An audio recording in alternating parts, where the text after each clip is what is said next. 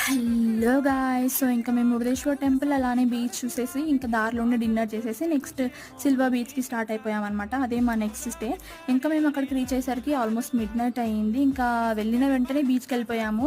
నేనైతే మిడ్‌నైట్ బీచ్‌కెళ్ళడం అదే first time. Experience అయితే చాలా మంచిగుండే.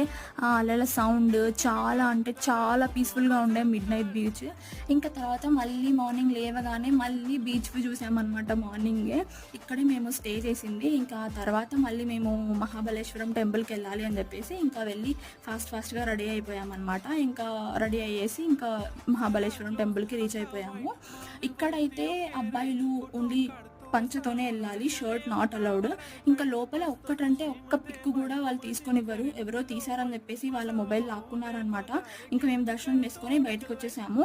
ఇంకా బయటకొచ్చిన తర్వాత ఇట్లా కొన్ని షాప్స్ ఉన్నాయన్నమాట. లైక్ స్ట్రీట్ షాపింగ్ మాదిరిగా. ఇంకా నేను నెక్స్ట్ వ్లాగ్ అప్‌లోడ్